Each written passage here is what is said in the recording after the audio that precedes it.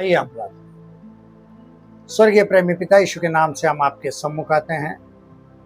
पूरे दिन संभाल कर यह वक्त दिया है कि आपकी महिमा करें, आपके नाम को ऊंचा उठाएं। फिर एक बार हम आपके हाजुरी में आए हैं प्रभु जी। आज का जो वचन है, हर एक व्यक्ति के लिए जो सुनेगा देखेगा, हर एक के ऊपर एक आपका डर लाए, ताकि वो आपके आज्ञा के अनुसार चल सके। और प्रभु जी, आपने ऐसा अनुग्रह किया, इसके लिए धन्यवाद। जो भी हो प्रभु जी, आपकी महिमा आगे का समय आपके हाथ में दे। यीशु के नाम से ये प्रार्थना की और आपने सुन ली। खुदा पाक इसके लिए आमीन। प्रभु की महिमा हो। आज हम जो अध्ययन करने वाले हैं वो है टेम्पटेशन, यानी प्रलोभन, लोभ अथवा परीक्षा। और उसके लिए जो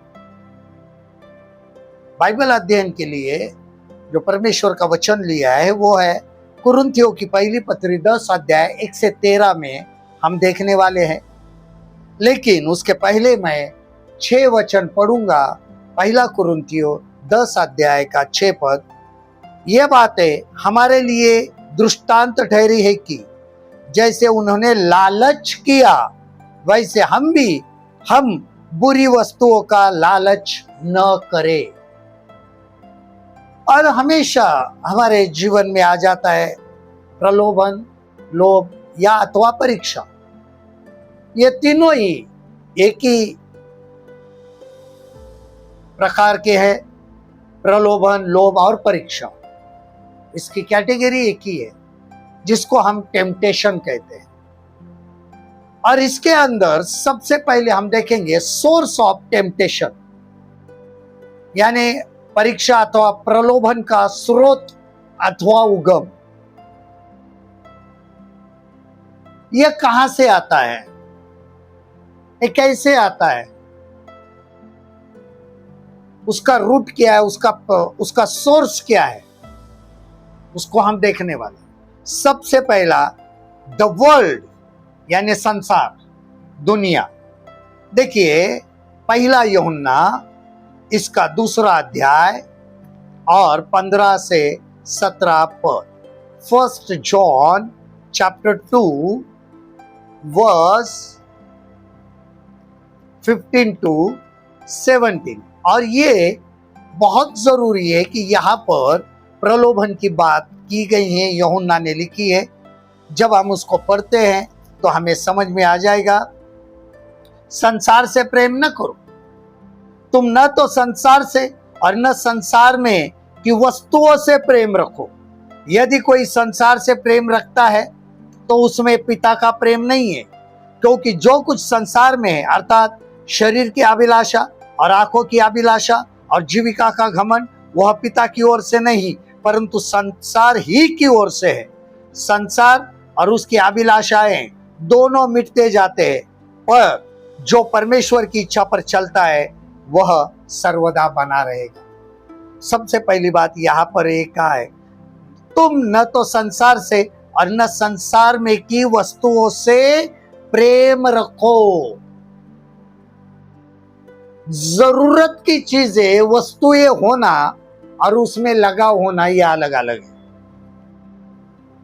हमें यही बात समझ में नहीं आ रही।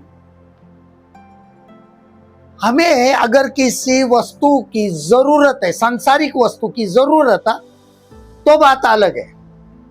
हमने उसको खरीद लिया तो बात अलग है। लेकिन जब हम उसके प्रेम में पड़ते हैं वस्तुओं के,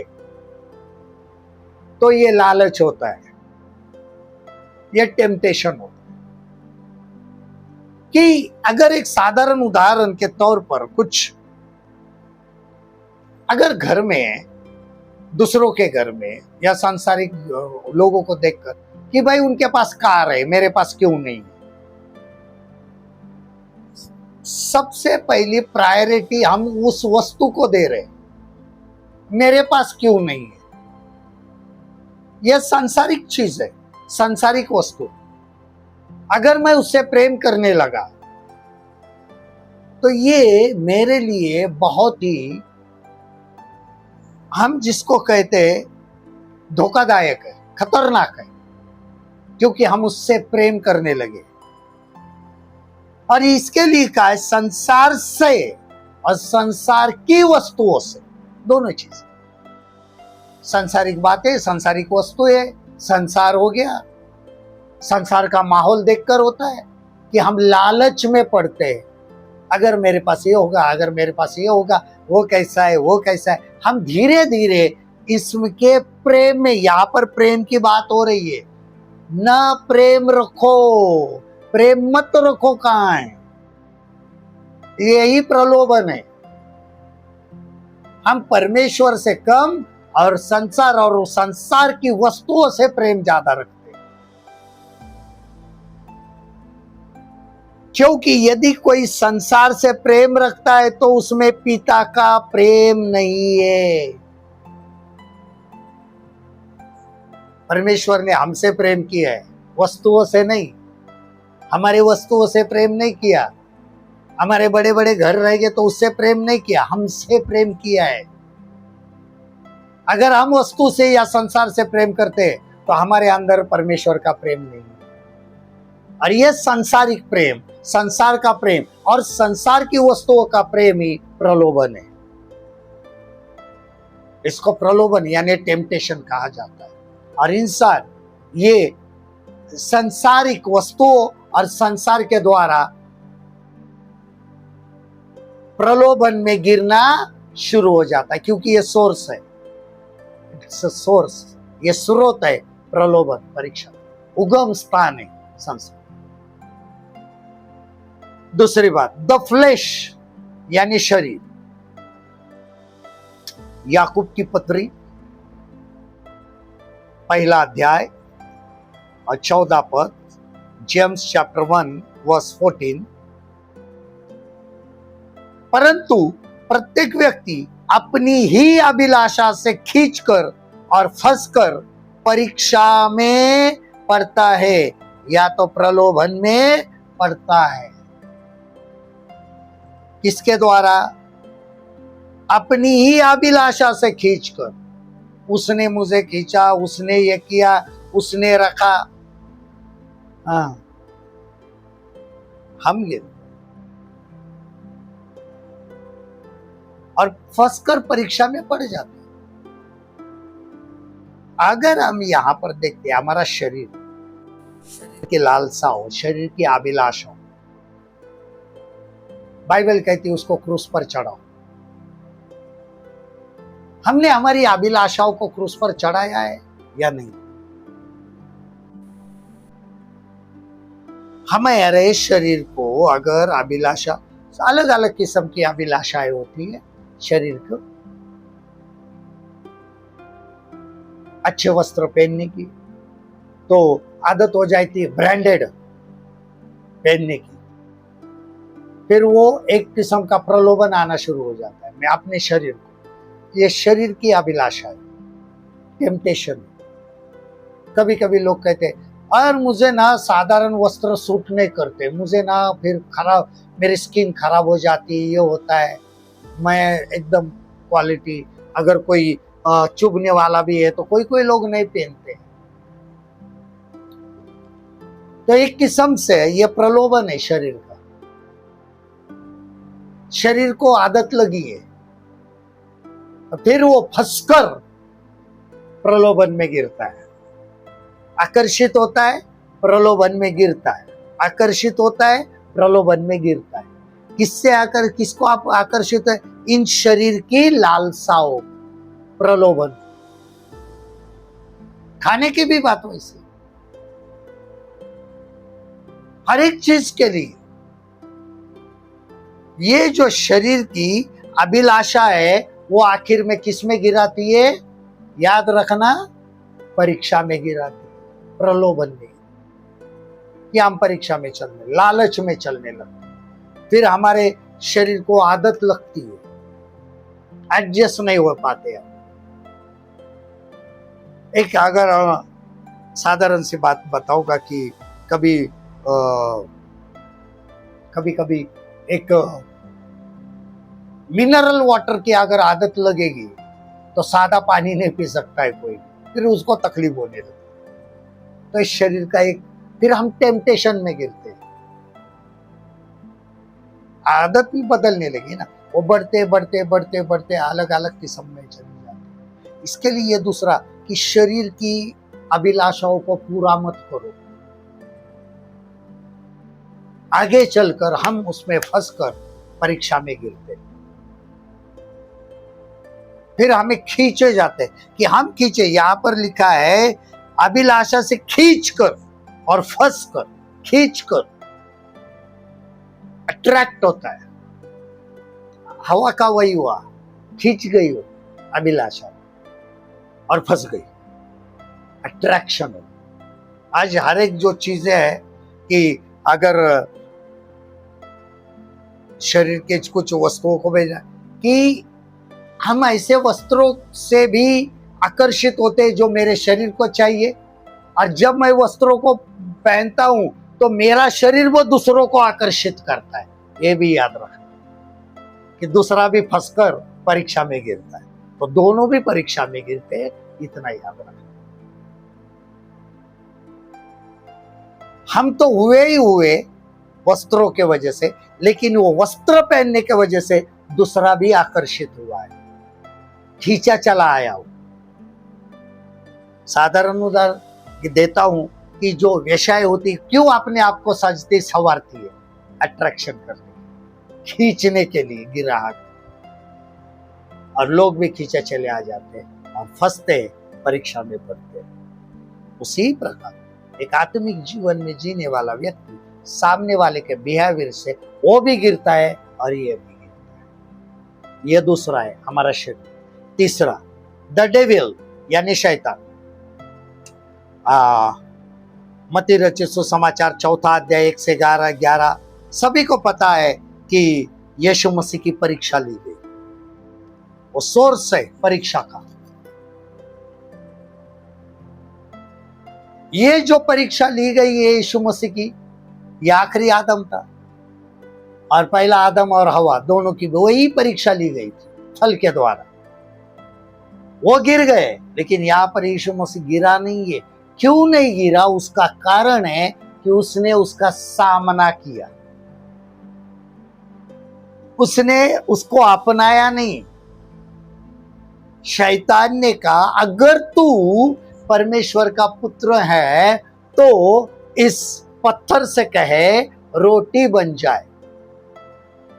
सबसे पहली बात, महत्वपूर्ण बात है, परीक्षा में नहीं गिरना या प्रलोभन में नहीं गिरना है, लालच में नहीं गिर रहा है, तो इसकी सबसे महत्वपूर्ण बात है शैतान की सुनो मत। उसने कहा रोटी बनाओ पत्थर का, यीशु मसीह ये भी कह सकता मैं तो परमेश्वर हूं, बना सकता हूं। तो यीशु मसीह का वैल्यू नहीं हो जाता था क्योंकि उसने शैतान की आज्ञा मानी। याद रखना इस बात को। वो पत्थर बनाना कोई बहुत बड़ी बात नहीं। आजकल हमें पत्थर की रोटी बनाने वाले, हाँ शैतान मुझे चैलेंज दे रहा है, देख मैं बनाता क्या नहीं। अरे बाबा, तू परमेश्वर की बजाय उसकी आज्ञा सुन रहा है और तू परीक्षा में फंस कर गिर रहा है। तू लालच आ रहा है तेरे से। सिंपल है। उसने कहा कूदा, यीशु मसीह कूदा नहीं। हम भी नहीं, देखता हूं ना, देखो तुम, शैतान तुम्हें परमेश्वर की परीक्षा लेने को लगा रहा है, इतना याद रखना। लिखा है कि तुझे उठाकर रखेंगे, तू गिरेगा नहीं, तुझे ठेस नहीं लगेगी। हम बोलेंगे हाँ मैं करके बताता हूं।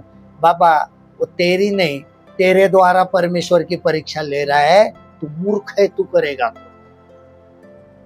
तुम, पहली बात है शैतान की आज्ञा क्यों मान रहे? यीशु मसीह ने नहीं मानी, आदम हवा ने मानी और गिर गए। उन्होंने परमेश्वर की आज्ञा नहीं मानी, खाओ मत, उन्होंने इसकी आज्ञा मानी, खाओ। और प्रभु यीशु मसीह ने कहा, उसने जो बातें उससे की इसका अर्थ बता दिया है, मैं तेरी क्यों सुनूं? तू है कौन? तेरा वैल्यू क्या है? आज हमारे जीवन में भी यही समस्या। हम टेम्पटेशन में क्यों गिरते हैं? अरे यार कुछ नहीं, तुम तो विश्वासी हो ना, पवित्र आत्मा से भरे हुए हो, कुछ नहीं होगा, तुम करो। गिर गए। तुम शैतान की क्यों मान रहे बाबा? शैतान ने आज्ञा दी और तुमने मान ली।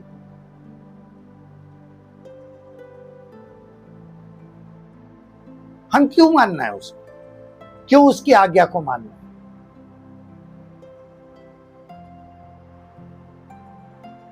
हम कभी कभी हमारे द्वारा ही, जैसे शैतान ने प्रभु यीशु मसीह की परीक्षा ली, वो हमारे द्वारा उसकी परीक्षा लेने की कोशिश कर। देखो, वो कहता है, प्रभु यीशु मसीह ने कहा है, अगर तुम कोई भी जहरीला पदार्थ पी लोगे तभी तुम्हें हानि नहीं होगी। हम पी के देखते, दो पाप करते हम, एक तो हम उसकी सुनते और दूसरा हम उसकी सुनकर आत्महत्या करते। क्योंकि प्रभु यीशु मसीह ने यह नहीं कहा है कि तुम मेरी परीक्षा लो। अगर कोई आपको पता नहीं है और पिला देता तो तुम्हें कुछ नहीं होगा। तो आप ये मत, देखता हूं बचाता है क्या नहीं, ये मत करो। वो शैतान जो है तुम्हें आज्ञा दे रहा है और तुम प्रभु की परीक्षा ले रहे हो, करो मत। ये जो प्रलोभन है, ये शैतान वो सोर्स है। आदम और हवा को गिराने वाला भी सोर्स वो है।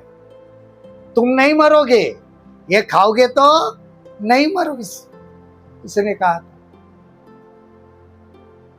किसके चक्कर में फंस गए? शैतान। परमेश्वर ने कहा था फल मत खाओ, आज्ञा मान किसकी रहे? शैतान। सामना करना है ना, बाबा हम तेरी आज्ञा क्यों माने? तू है कौन? तू हमें बोलने वाला तू कौन है, ये बता पाए। नहीं, उधर सुन लिया, खा लिया। और क्या करना चाहिए था, यह प्रभु यीशु मसीह ने आकर बताया। और फिर प्रभु यीशु मसीह ने उसको कहा, तू अपने परमेश्वर की परीक्षा ना ले, यह भी लिखा है। कभी कभी हम प्रलोभन में आके ऐसे परीक्षा में गिरते हैं, टेम्पटेशन में, तो शैतान की सुनकर प्रभु को ये कहते, अगर तू परमेश्वर है तो ये कर। ये शैतान का वर्ड है, ये शैतान का शब्द है। शैतान उसको पूछता है, अगर तू परमेश्वर का पुत्र है तो ये कर। जब हम ये कहते हैं तो हम में और शैतान में कोई फर्क नहीं, हम गिर जाते हैं। इन बात को याद रखना। ये सोर्स किसका? टेम्पटेशन का। उसके बाद चौथा सोर्स है एविल एसोसिएशन, बुरे साथी। नीति वचन 1:10, प्रोवर्ब्स 1:10। नीति वचन की पुस्तक। आज हमारे साथी कौन है, हम किसके साथ उठते बैठते हैं, ये हमारे लिए बहुत जरूरी है। नीति वचन 1:10, हे मेरे पुत्र, यदि पापी लोग तुझे फुसलाए तो उनकी बात न मानना। कितनी बड़ी बात लिखी है नहीं? हे मेरे पुत्र, यदि पापी लोग तुझे फुसलाए तो उनकी बात न मानना।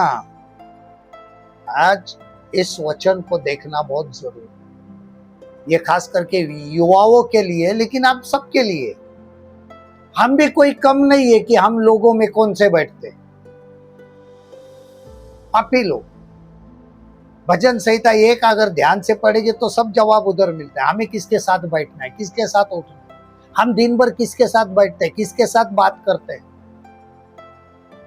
क्या ये हमारे सहभागी है, हमारे विश्वास के है, हमारे जैसे ही आत्मिक जीवन वाले है या नहीं, उसकी भी लेवल देखना जरूरी है। हाँ, आप बोलेंगे हम काम को जाते, काम तक ही इसका ये रखो ना, काम करके आ जाओ, खत्म हो गई बात। काम करने के बाद अरे काम की फ्रेंडशिप घर से फोन करके मत बात करो। काम के ऊपर भी वो फ्रेंडशिप मत रखो, उतनी फ्रेंडशिप, उतना दोस्ताना मत रखो। काम के उतना ही रखो। काम के बारे में पूछता है तो उतना ही जवाब दो, उतना ही काम करो और निकल गया। हम काम के चक्कर में चले जाते हैं, कभी ट्रिप को चले जाते हैं, कभी यहाँ वहां चले जाते हैं। अगर आप मजबूत है तो प्रॉब्लम नहीं है, लेकिन आज बहुत सारे मसीह लोग मजबूत नहीं है। आज हमें देखना है ये इविल एसोसिएशन, बुरे साथी क्यों करनी है? बुराई की संगति मत रखो। या तो आप में उतनी स्पिरिचुअलिटी चाहिए कि आप उनके साथ रहते रहते वो भी आपके जैसे बने। अगर आप कमजोर है, आप उनको देखकर थोड़ा बहुत आपको भी मन करता है मैं करूं, तो छोड़ दो, उधर से उठ जाओ और उनके साथ छोड़ दो, खत्म हो गया। लेकिन हम वहीं पे बैठते, नहीं नहीं देखते क्या छोड़ते, नहीं मत देखो, आप फंसोगे।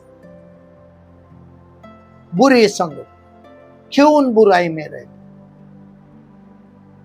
इसके लिए भजन एक जो है वो बहुत जरूरी है।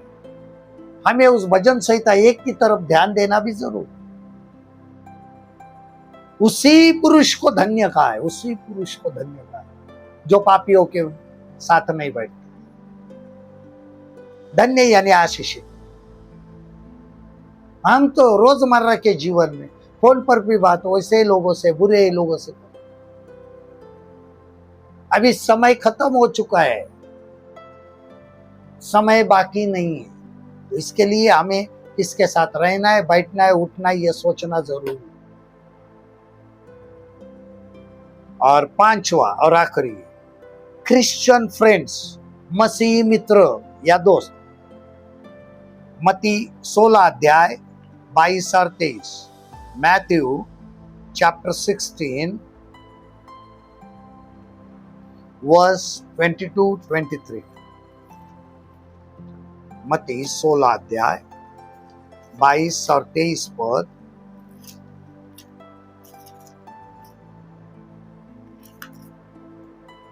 इस पर पतरस उससे अलग ले जाकर झिड़कने लगा, हे प्रभु परमेश्वर, न करे, तेरे साथ ऐसा भी न होगा।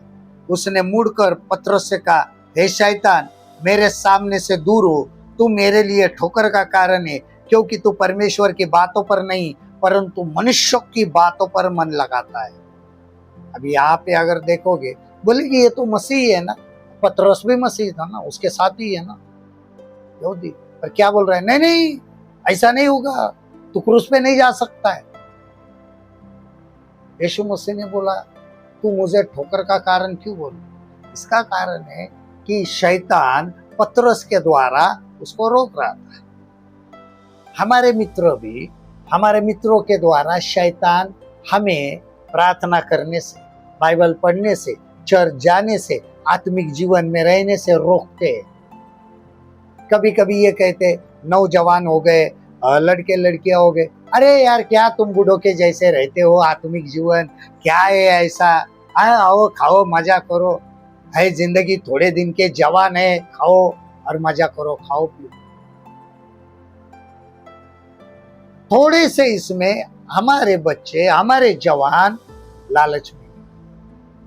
फिर बड़े बुजुर्ग भी वैसे, अभी वो बुजुर्ग हो गए इसके लिए ये नहीं है, वो बोलते अरे क्या है, बुढ़ापा है, थोड़ा बहुत चलो मजा वगैरह करो, चलो। फिर है नहीं, वो आदत लगती है, प्रलोभन होता है साथ में बैठ बैठ के, अरे क्या कौन देखने वाला है, चल थोड़ा मत भी, बाद में चख के तो देख। बाइबल कहती है दाखरस कैसा लाल दिखता है, अरे थोड़ा सा चख, फिर वो हावी हो जाता है, बाइबल कहती है। और यही कारण है कि ये मसीह मित्र भी हमारे सही होना चाहिए। इसके लिए बाइबल कहती है अविश्वासियों के साथ जुड़कर तुम साझा ना करो। हर एक बात में, सिर्फ शादी के लिए वचन नहीं है, हर एक बात के लिए, हर एक बात के लिए। हम सिर्फ शादी का ही ना ले, हर एक बात के लिए। और इसके लिए हमारे लिए बहुत जरूरी है, हमारा विश्वासी भाई भी हमारे जैसा ही स्पिरिचुअल होना जरूरी है। आइए हम प्रभु धन्यवाद देते हैं, आपकी महिमा करते हैं, आपके नाम को ऊंचा उठाते हैं। फिर एक बार हम सब मिलकर आपको दंडवत करते, आपको प्रणाम करते हैं। पवित्र आत्मा सहायता करना, हर एक को ये जो प्रलोभन के ये उगम है, स्रोत है, उसको पता हो जाए और प्रलोभन में गिरने से बच जाए प्रभु, कि वो समझ जाए कि शैतान कितने प्रलोभन डालता है। प्रभु जी आपने ऐसा अनुग्रह किया, धन्यवाद देते हैं।